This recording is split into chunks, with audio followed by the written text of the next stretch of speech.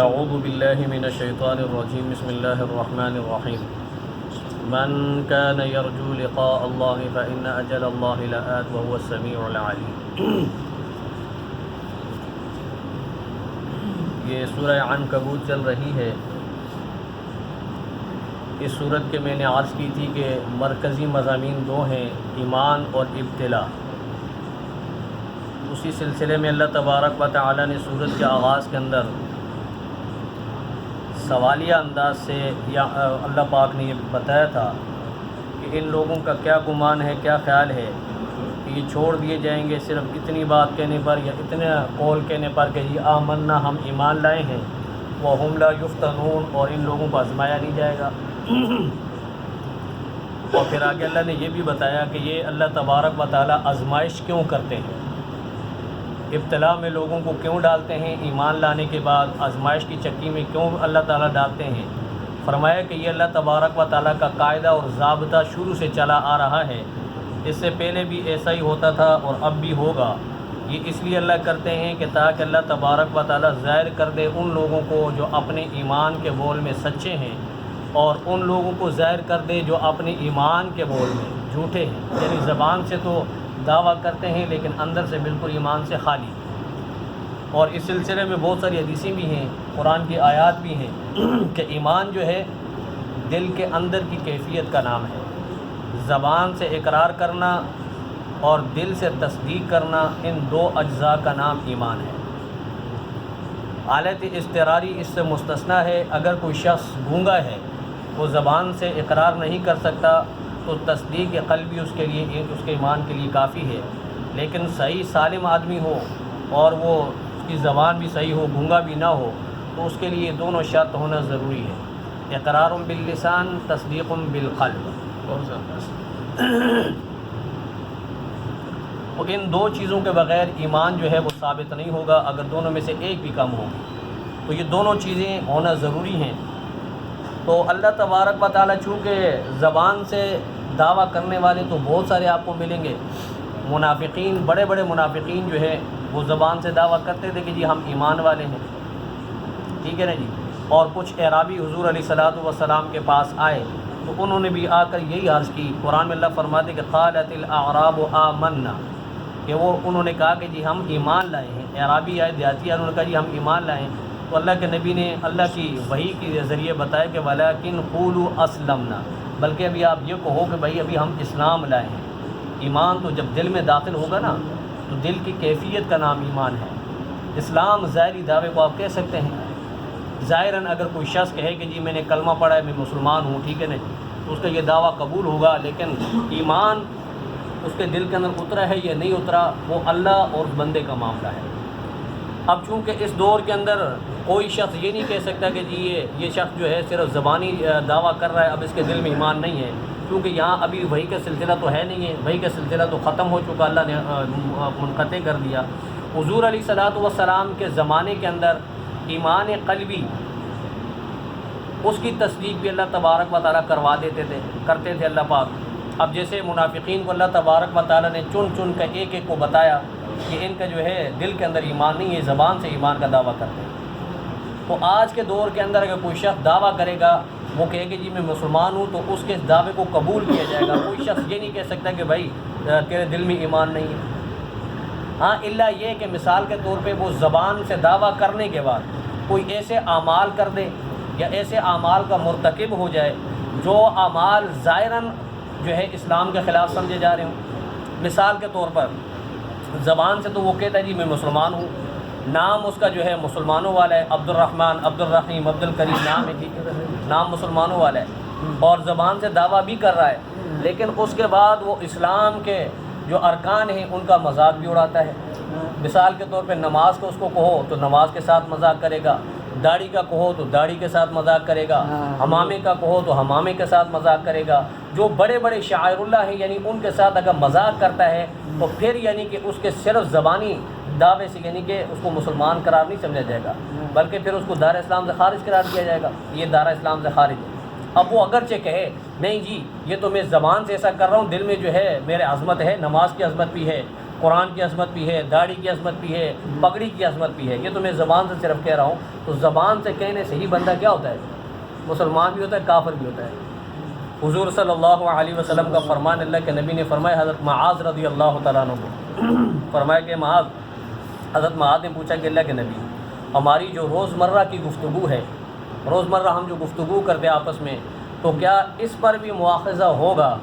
تو اللہ کے پیارے حبیب صلی اللہ علیہ وسلم نے فرمایا، حل یکب فی النار الا خصائد السنتہم، کہ لوگوں کو جو ہے نا اسی زبان کی وجہ سے اٹھا کر جہنم میں ڈالا جائے گا. یہ زبان جو ہے بڑی خطرناک ہے. اسی زبان کے نکلے ہوئے قول جو ہیں وہ انسان کو جنت کا مستحق بھی بنا سکتے ہیں، اور اسی زبان سے نکلے ہوئے الفاظ جو ہے وہ انسان کو جہنم کا ایندھن بھی بنا سکتے ہیں. قرآن میں اللہ فرماتے ہیں، ما یلفظ من قول الا لدیہ رقیب عتید، کہ تمہاری زبان سے کوئی جملہ، کوئی لفظ نکلتا نہیں، اس کو میرے فرشتے تحریر کر لیتے، لکھ لیے جاتے ہیں. تو تمہارے یہ الفاظ جو ہے کل قیامت میں اللہ تبارک و تعالیٰ کے روبرو تمہیں اس کا جواب تو دینا ہوگا نا جی. تو بہرحال آگے آج کی جو آیت ہے، اور پھر آگے اللہ نے یہ بھی فرمایا تھا کہ جو لوگ برے اعمال کر رہے ہیں، برے اعمال کرنے کے بعد وہ یہ گمان نہ کریں اور وہ اس سوچ کے اندر نہ رہیں، اس امید میں نہ رہیں اور اس خوش فہمی میں نہ رہیں کہ جی وہ اللہ تبارک و تعالیٰ سے چھوٹ گئے، اللہ تبارک و تعالیٰ سے یعنی کہ وہ بچ جائیں گے، اللہ چھوڑ دے گا ان کو. ایسا نہیں ہے. فرمایا اگر ایسا سوچتے ہیں تو یہ ان کا سوچنا بہت برا ہے. اب آج کی آیت میں اللہ تبارک و تعالیٰ نے ایمان کے اجزاء میں سے ایک جز یہ بھی ہے، یہ بھی ذہن میں رکھنے کی بات ہے، چونکہ عقیدے کی بات آ گئی تو اس کو ذہن نشین فرما لیں. یؤمن باللہ و لقائہ، اللہ تبارک و تعالیٰ کی ذات پر ایمان لانا یہ بھی ایمان کا جز ہے. اور دوسری چیز وَلِقَائِهِ، اللہ تبارک و تعالیٰ کی ملاقات پر ایمان لانا یہ بھی ایمان کا جز ہے. اب ایک شخص ہے وہ اللہ تبارک و تعالیٰ کی ذات و صفات کو تو مانتا ہے، لیکن اللہ تبارک و تعالیٰ سے ملاقات کو نہیں مانتا، تو ایسا شخص جو ہے مومن نہیں ہوگا. ٹھیک ہے نا جی. اللہ تبارک و تعالیٰ کے ساتھ ملاقات کو تسلیم کرنا، اس کو دل سے ماننا، اس کے اوپر یقین کرنا، یہ ایمان کے اجزاء میں سے ہے. اور پھر یہ بھی یاد رکھیں کہ اللہ تبارک و تعالیٰ کے ساتھ جب ملاقات ہوگی تو فردن فردن، ہر شخص اکیلا تنہا، یوم تأتی کل نفس تجادل عن نفسها، وہ اکیلا اللہ تبارک و تعالیٰ کے ساتھ ملاقات کرے گا. بالمشافہ ملاقات ہوگی، درمیان میں کوئی ترجمان نہیں ہوگا. لیس بینہ و بینہ ترجمان، اللہ کے نبی نے فرمایا ان کے درمیان کوئی ترجمان نہیں ہوگا، اللہ اور بندے کے درمیان. جب یہ بالمشافہ ان کی اللہ تبارک و تعالیٰ سے یہ ملاقات کریں گے، گفتگو کریں گے، تو ان اللہ تبارک و تعالیٰ درمیان میں ترجمان نہیں رکھیں گے. اور فرمایا کہ پھر اس وقت اللہ تبارک و تعالیٰ کے سامنے جب یہ گفتگو کرے گا، کوئی وکیل نہیں ہوگا، کوئی بیرسٹر نہیں ہوگا، کوئی ایڈوکیٹ نہیں ہوگا، کوئی سفیر نہیں ہوگا، کوئی ترجمان نہیں ہوگا. ٹھیک ہے جی. نانا نے کیا کیا، لائف کیسے گزاری، زندگی کے اندر کیا کرتوت کی ہے، ٹھیک ہے، اللہ تبارک و تعالیٰ ان کو اپنی رحمت کی چادر میں بلا لے تو یہ اللہ کی بڑی مہربانی ہوگی. اللہ تبارک و تعالیٰ اس میں بلا کر، حدیث میں جیسے آتا اللہ کے نبی نے فرمایا قیامت کے دن ایک شخص ہوگا، اللہ تبارک و تعالیٰ اس کو بلائیں گے اور فرمایا کہ اپنی بغل میں اللہ تبارک و تعالیٰ رحمت کی بغل میں اس کو بٹھائیں گے، اور بٹھانے کے بعد اللہ تبارک و تعالیٰ اس سے سوال کریں گے. اور اس بندے کا حال یہ ہوگا کہ اس کے بہت ہی برے کرتوت ہیں، برے اعمال والا شخص ہے یہ. اللہ تبارک و تعالیٰ اس کے اعمال اس کے سامنے کر دے گا. اللہ سوال کرے گا، میرے بندے تو نے یہ عمل کیا؟ وہ کہے گا یا اللہ کیا. میرے بندے تو نے یہ عمل کیا؟ وہ کہے گا یا اللہ کیا. تو ایک ایک عمل کو اللہ تبارک و تعالیٰ اس بندے کے سامنے رکھیں گے. وہ بندہ اقرار بھی کرے گا، اقبال جرم بھی کر لے گا.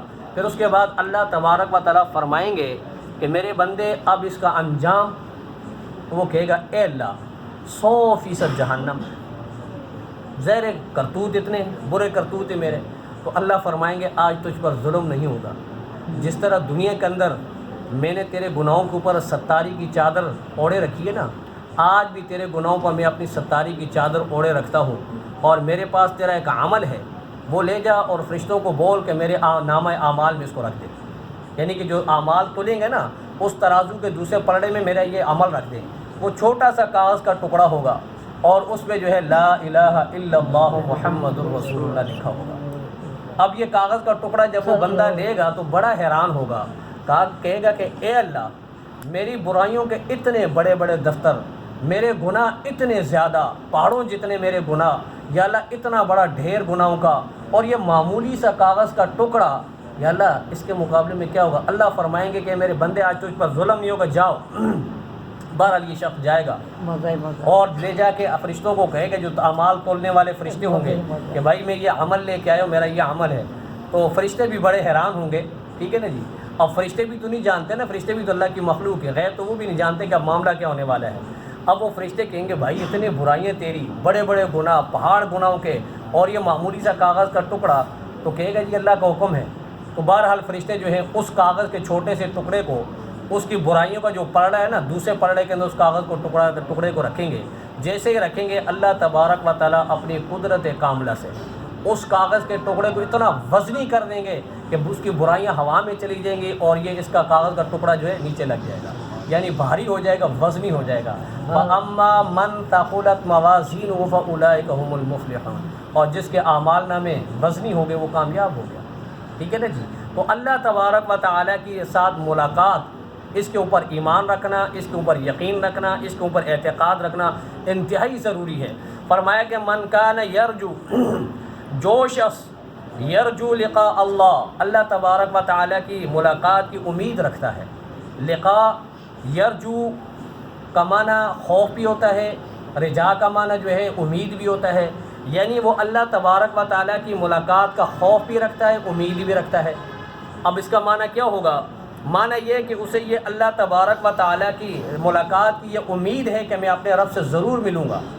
میں دنیا کے اندر جو اعمال کر رہا ہوں نا، جو اعمال مجھے میرے رب نے بتائے ہیں اپنے نبیوں کے واسطے سے اور اپنی کتاب کے واسطے سے، مجھے جو اعمال بتائے میں ان اعمال کو کر رہا ہوں، اس امید پر کر رہا ہوں کہ میرے رب کے ساتھ میری ملاقات ہوگی۔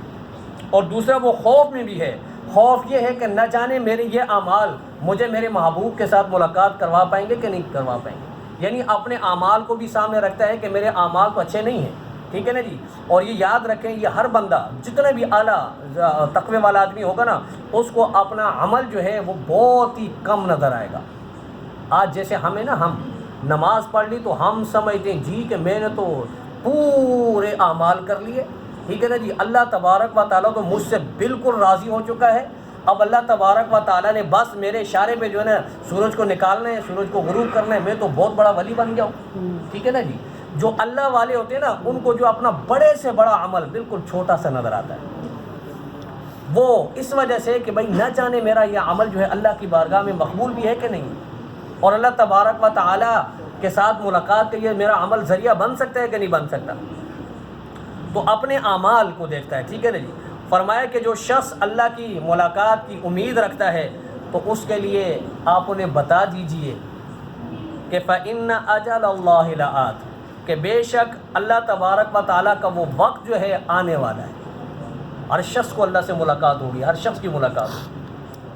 اب ایک بات تو یہاں یہ سمجھ لے، قرآن کریم بھی ہے إِنَّ أَجَلَ اللَّهِ لَآتٍ، کہ وہ وقت ضرور آئے گا کہ بندے کی اللہ سے ملاقات ہوگی۔ میں نے عرض کر دی بالمشافہ ہوگی، درمیان میں کوئی ترجمان نہیں ہوگا۔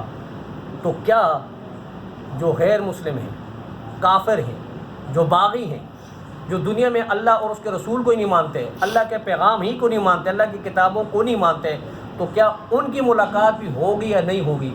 تو قرآن کریم کے دوسرے مقامات پر اللہ تبارک و تعالیٰ نے فرمایا، جیسے قرآن میں غالباً سورہ نور کے آخر میں ہے، اللہ تبارک و تعالیٰ فرمائیں گے کہ آج کے دن تم مجھ سے باتیں نہ کر، ٹھیک ہے نا جی۔ اللہ تبارک قال اخسؤوا فیہا ولا تکلمون، اللہ ان کو تھتکارے گا اور کہے گا کہ تم مجھ سے باتیں نہیں کر سکتے، وہ تو مجرمین ہیں۔ اب اللہ تبارک و تعالیٰ جنہوں نے اقبال، یعنی کہ جو مسلمان ہوں گے، ایمان والے ہوں گے، اللہ کو ماننے والے ہوں گے، لیکن ان کے گناہ ہوں گے، گناہ کیے ہوں گے، تو ان کی ملاقات تو ہوگی۔ باقی غیر مسلموں سے اللہ تبارک و تعالیٰ کلام ہی نہیں کریں گے۔ تعرفون بسیماہم، اللہ فرماتے ہیں ان کے چہروں کے اوپر جو ہے ان کی بدنمائی اور ان کی نوسط لکھی ہوگی، وہ اپنے چہروں سے پہچانے جائیں گے، ان کا تو معاملہ الگ ہے۔ اب یہاں گناہگار لوگ جو ہیں ایمان والے اللہ تبارک و تعالیٰ کے ساتھ ملاقات کریں گے، پھر وہاں سوال و جواب ہوگا۔ بلکہ قرآن میں یہ بھی ہے کہ غیر مسلموں سے بھی اللہ خطاب کرے گا، ایسا موقع بھی آئے گا۔ اللہ ان سے بھی کہے گا کہ تمہارے پاس میرے نبی نہیں آئے تھے، میری کتابیں نہیں آئی تھی، میرے ہدایت لے کر لوگ میرے تمہارے پاس نہیں آئے تھے، مبلغین نہیں آئے تھے، واعظین نہیں آئے تھے۔ وہ سارے اقرار کرنے کے بعد پھر اللہ تعالیٰ کہے گا کہ اب تم مجھ سے گفتگو نہیں کر سکتے، اب اپنی زبانوں کو بند کر لو، جو تم نے کرنا تھا کر لیا، اب اس کا جو ہے خمیازہ بھگتو تم۔ وَهُوَ السَّمِيعُ الْعَلِيمُ، اور وہ اللہ جو ہے سننے والا اور جاننے والا ہے۔ بندہ کیا عمل کرتا ہے اللہ تبارک و تعالیٰ اس کو سن رہا ہے، تنہائی میں کر رہا ہے، محفل میں کر رہا ہے، کیسے کر رہا ہے، اخلاص ہے یا نہیں ہے، اللہ تعالیٰ سب کچھ جانتا ہے۔ وَمَنْ جَاهَدَ فَإِنَّمَا يُجَاهِدُ لِنَفْسِهِ، اور جس شخص نے محنت کی، کوشش کی، مجاہدہ کیا، فَإِنَّمَا يُجَاهِدُ لِنَفْسِهِ، تو اس کا یہ تزکیہ کرنا، یہ کوشش کرنا، یہ مشقتیں اٹھانا، یہ محنتیں کرنا لنفسی، اس کے اپنے نفس کے لیے ہے۔ ٹھیک ہے نا جی؟ وہ نمازوں کے لیے آتا ہے، سردی کے موسم میں ٹھنڈے پانی سے وضو کرتا ہے، اور سردی کے عالم میں رات کو نانا اٹھتا ہے، کبھی دیوار کے ساتھ ٹکرے مارتا ہے، کبھی دروازوں سے ٹکرے مارتا ہے، کبھی جو ہے نیند کے عالم میں باہر جا کے دروازے کے باہر گرا پڑتا ہے۔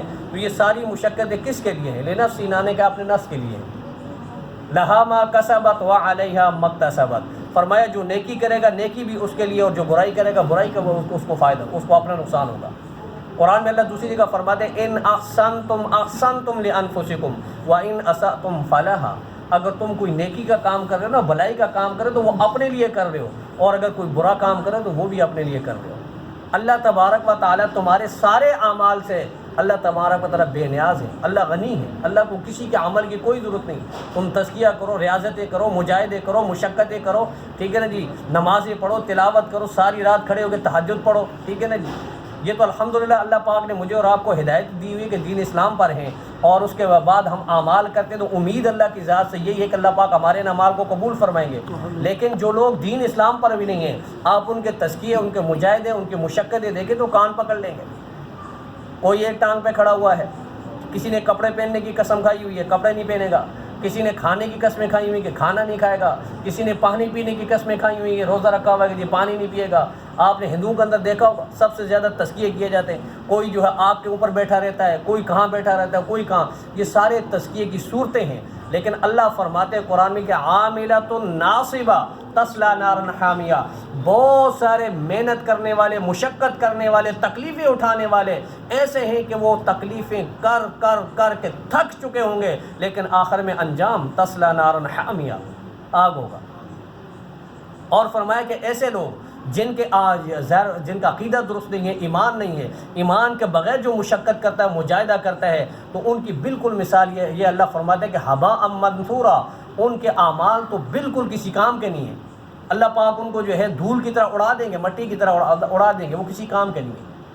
ایمان کی حالت میں ایمان ہوگا، عقیدہ صحیح ہوگا، اللہ اور اس کے رسول کو مانیں گے، قرآن کو مانیں گے، پھر اس کے بعد جو تزکیہ کریں گے، آگے مشقتیں کریں گے، نماز تزکیہ ہے، مشقت ہے، تکلیف والی عبادت ہے، حج کر رہا ہے، تکلیف اٹھا رہا ہے، تبلیغ میں جا رہا ہے، ٹھیک ہے جی، تبلیغ میں پھر کتنی تکلیفیں ہوتی ہیں۔ آپ راستے میں جاؤ، لوگ گالیاں بھی دیں گے، پتھر بھی ماریں گے، ٹھیک ہے نا جی، اور لوگ جو ہے برا بالا بھی کہیں گے، بستر اٹھا کے پھینک دیں گے، سردی کا موسم ہوگا، بارشیں ہوں گی، ٹھیک ہے، آپ کے بستر اٹھا کے پھینک دیجیے، سارے جو تکلیفیں اللہ فرما دیں گی تمہارے اپنے نفس کے لیے، اللہ تبارک و تعالیٰ کو ضرورت نہیں ہے۔ بنی اسرائیل سے موسیٰ علیہ السلام نے کہا وقال موسیٰ ان تکفروا انتم ومن فی الارض جمیعا فان اللہ لغنی حمید، فرمایا کہ اے لوگو تم سارے کے سارے اور زمین میں جتنی بھی مخلوق ہے وہ ساری کی ساری اللہ کی نافرمان ہو جائے، اللہ تبارک و تعالیٰ کو کوئی نقصان نہیں پہنچا سکتے، اللہ غنی ہے، اللہ بے پرواہ ہے۔ یا ایھا الناس، اے لوگو تم سارے کے سارے محتاج ہو، فقیر ہو۔ فقیر اس کو کہتے ہیں جس کے پاس کچھ بھی نہ ہو، ہمارے پاس کچھ نہیں ہے، ہم سارے کے سارے محتاج ہیں، فقیر ہیں، اللہ غنی ہے، اللہ کو ہمارے اعمال کی کیا ضرورت ہے، ٹھیک ہے نا جی۔ یہ تو اس شخص کو ضرورت پڑے کہ بھائی کوئی باغی نہ بن جائے، کوئی بغاوت نہ کر دے۔ اگر حکومت کے اندر، سلطنت کے اندر، ٹھیک ہے، بادشاہی کے اندر کوئی بغاوت کرے گا، کوئی سر اٹھائے گا تو بادشاہ کو نقصان ہو سکتا ہے، اس کی حکومت کو نقصان ہو سکتا ہے۔ اللہ تبارک و تعالیٰ کو اس چیز کا کوئی خوف نہیں، کوئی ڈر نہیں، اللہ غنی ہے، اللہ ورع الورع ہے، اللہ احکم الحاکمین ہے، اللہ تبارک و تعالیٰ سب سے زیادہ طاقتور ہیں، اللہ کی طاقت کے سامنے کسی کی طاقت کچھ بھی نہیں۔ قوم عاد نے بھی یہی کہا تھا من اشد منا قوہ، اللہ نے پیس دیا تھا، جڑیں کاٹ دی تھی ان کی۔ تو اس لیے اللہ تبارک و تعالیٰ فرماتے کہ جو تم تزکیہ کر رہے ہو، مجاہدے کر رہے ہو، مشقتیں اٹھا رہے ہو نا، یہ تمہارے اپنے فائدے کے لیے۔ نماز پڑھتے ہیں، اس سے اللہ کا کوئی فائدہ ہے؟ میرا اور آپ کا فائدہ ہے۔ روزہ رکھتے ہیں، اللہ کو کوئی فائدہ ہے؟ کچھ نہیں، میرا اور آپ کا فائدہ ہے۔ ہم ذکر کرتے ہیں، تلاوت کرتے ہیں اور تبلیغ کرتے ہیں، جہاد میں جاتے ہیں، یہ سارے کے سارے کام ہمارے اپنے نفسوں کے لیے۔ جب بھی ہم اعمال کریں گے، ذکر کریں گے، تلاوت کریں گے، اس سے فائدہ ہمیں ہوگا۔ اللہ تبارک و تعالیٰ کی یہ مہربانی ہے، اس کا کرم ہے، اللہ کی یہ رحیمی ہے کہ اللہ پاک نے ہمیں اعمال دیے ہوئے ہیں۔ ورنہ اللہ تبارک و تعالیٰ کوئی سخت قسم کے قوانین ہم پہ نافذ کرتا، ہم کیا کرتے؟ اللہ پاک نے کہا کہ اپنی وسعت کے مطابق، اپنی طاقت کے مطابق جتنا تم کر سکتے ہو کرو۔ 5 وقت کی ہم پہ نماز فرض کی ہے نا جی، اب اس نماز کو دیکھیں کتنا آسان کیا ہوا شریعت نے۔ اگر آپ مثال کے طور پہ نماز بیمار ہیں، طبیعت صحیح نہیں ہے، کوئی مسئلہ ہے، کھڑے ہو کر نہیں پڑھ سکتے آپ بیٹھ کے پڑھیں، بیٹھ کے نہیں پڑھ سکتے آپ لیٹ کر پڑھیں، لیٹ کر نہیں پڑھ سکتے آپ اشارے سے پڑھیں، پڑھیں تو صحیح، حکم تو پورا کریں۔ آپ روزہ نہیں رکھ سکتے، کوئی بات نہیں، افطار کر لیں، بعد میں رکھ لیجئے گا۔ کوئی ایسا حکم آپ مجھے بتا دیں کہ جس کے اوپر کہا کہ نہیں جی یہ کرنا ہے، ہر حال میں کرنا ہے، کوئی ایسا حکم شریعت کا نہیں ہے۔ حالت اضطراری میں بہت سارے احکامات آپ سے جو ہے ہٹ جاتے ہیں آپ کے اوپر سے۔ تو اس لیے اللہ تعالیٰ نے فرمایا کہ یہ ساری چیزیں، یہ تزکیہ، یہ مجاہدہ، یہ مشقتیں، یہ تمہارے اپنے نفسوں کے لیے، تمہاری کامیابی کے زینے ہیں، یہ اس پہ چڑھتے جاؤ، ان اعمال کو کرتے جاؤ اور کامیابی کی سیڑھیوں پہ چڑھتے جاؤ۔ اور پھر آخر میں اللہ تعالیٰ فرماتے ہیں کہ میں اپنی ملاقات نصیب فرماؤں گا۔ جب اللہ تبارک و تعالیٰ اپنی ملاقات دیں گے نا تو اپنا دیدار بھی دیں گے اللہ پاک، ٹھیک ہے؟ جب اللہ تبارک و تعالیٰ اپنا دیدار دیں گے تو وَرِضْوَانٌ مِّنَ اللَّهِ اکبر، اللہ فرماتے ہیں کہ اس سے بڑی اور کوئی نعمت نہیں ہوگی۔ والذین آمنوا، اور جو لوگ ایمان لائے، وعملوا الصالحات، اور انہوں نے نیک اعمال کیے، لنکفرن عنہم، ہم ضرور بالضرور ہٹا دیں گے ہم ان سے، سیئاتہم، ان کی برائیاں، ولنجزینہم، اور دیں گے ہم ان کو، احسن الذی، بدلہ بہتر، کانوا یعملون، ان کے اعمال کے بدلے، جو دنیا میں انہوں نے اعمال کیے اس کے بدلے ہم ان کو بہترین بدلہ عطا فرمائیں گے۔ بہترین بدلہ کیا ہے؟ من جاء بالحسنۃ فلہ عشر امثالھا، تم ایک نیکی لے کر آؤ میں تمہیں 10 دوں گا، تم 5 پڑھو میں تمہیں 50 کا اجر دوں گا، ٹھیک ہے نا جی؟ تم 7 خرچ کرو میں 700 دوں گا۔ فرمایا کہ یہی نہیں، واللہ یضاعف لمن یشاء، یہ بہترین بدلہ۔ اور پھر اللہ تبارک و تعالیٰ ابدی جنت عطا فرمائیں گے، ابدی وہاں پہ نعمتیں عطا فرمائیں گے، جوانی ہمیشہ کی، صحت ہمیشہ کی، اور اللہ فرماتے ہیں کہ سب سے بڑی جو وہاں کی نعمت ہوگی نا وہ اللہ کی رضا ہوگی۔ اللہ تبارک و تعالیٰ ہمیشہ اس بندے سے راضی ہوں گے جو جنت میں چلا گیا۔ پھر جنت میں جانے کے بعد اللہ تبارک و تعالیٰ کی طرف سے کوئی مطالبہ نہیں نماز پڑھ بندے، کوئی مطالبہ نہیں روزہ رکھ بندے، کوئی مطالبہ نہیں جہاد کر بندے، کوئی مطالبہ نہیں تزکیہ کر بندے۔ اب وہاں پہ عیاشیاں، وَلَهُم مَّا يَشْتَهُونَ، وہاں اللہ تبارک و تعالیٰ فرماتے ہیں کہ اپنی خواہشات کو پورا کرو میرے بندو، جو تزکیے، جو مشقتیں، جو محنتیں، جو ریاضتیں کرنے دی، جو مجاہدے کرنے تھے دنیا میں تم نے کر لیے، اب یہاں پہ تو ان مجاہدوں، ان ریاضتوں اور ان مشقتوں کا بدلہ پاؤ، میری ہمیشہ ہمیشہ کی نعمتیں تمہارے ساتھ ہیں۔ اللہ کریم ہم سب کو نصیب فرما دے، اور اللہ تبارک و تعالیٰ ہم سب کو اپنے قرآن پر عمل کرنے کی توفیق عطا فرمائے، اپنے احکامات پر عمل کرنے کی توفیق عطا فرمائے۔ وآخر دعوانا الحمدللہ رب العالمین۔ اللهم صل على سيدنا ومولانا محمد وعلى آل سيدنا ومولانا محمد وبارك وسلم۔ ربنا تقبل منا إنك أنت السميع العليم وتب علينا إنك أنت التواب الرحيم، وصلى الله تعالى على خير خلقه محمد وعلى آله وصحبه أجمعين۔